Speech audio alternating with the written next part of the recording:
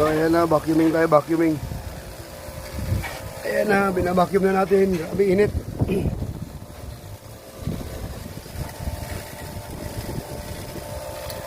So, naka-vacuum na.